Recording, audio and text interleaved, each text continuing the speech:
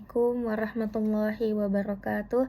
Alhamdulillahilladzi an'amana bihi bi ni'matil imani wal islam wa nusalli wa nusallimu alal khairil anam sayyidina Muhammadin wa ala alihi wa sahbihi ajma'in, amma ba'du.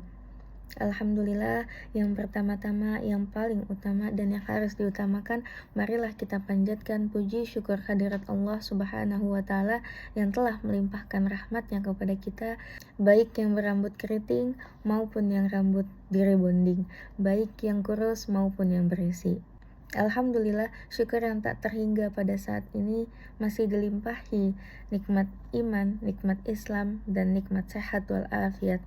Yang kedua, salawat beriringkan salam, marilah kita curah limpahkan kepada sang revolusi Islam dari zaman jahiliyah hingga zaman mahiriyah, dari zaman naik ontak hingga zaman naik Toyota, yakni qudwatun hasanah, uswatun hasanah, Nabi Muhammad sallallahu alaihi wasallam.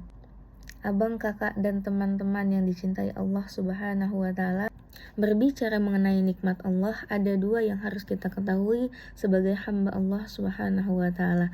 Yang pertama, siapa yang memberikan kita nikmat?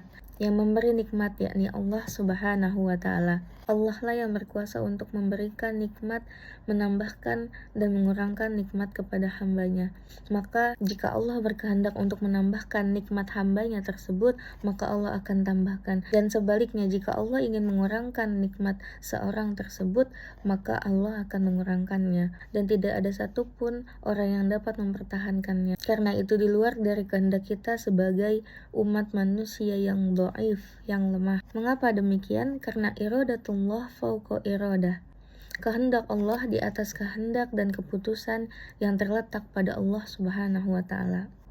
Dan yang kedua, sikap orang yang menerima nikmat Allah. Beragam sikap manusia dalam menerima nikmat Allah tentulah tidak sama. Ada yang menerima nikmat Allah namun dia lupa siapa yang memberikan nikmat tersebut, sehingga dia tidak sadar mobil dan motor yang dia pakai made in Amerika Serikat, emas 24 karat, rumah bertingkat 4, mau apa saja panggil bodyguard, tapi 1000 kali sayang mereka tidak pernah ingat akhirat dan hanya ingin bersenang-senang dengan kekayaan yang sesaat.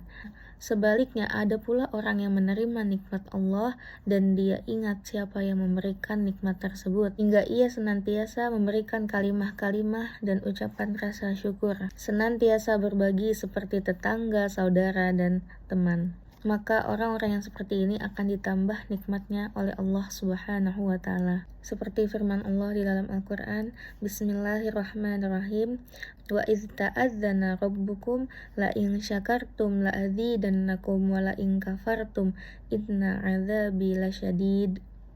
Dan ingatlah pula ketika Tuhanmu memaklumkan suatu maklumat yang dilakukan, sesungguhnya aku bersumpah, jika kamu bersyukur atas nikmat-nikmatku kepadamu, niscaya aku akan menambah kepadamu nikmat yang lebih banyak lagi.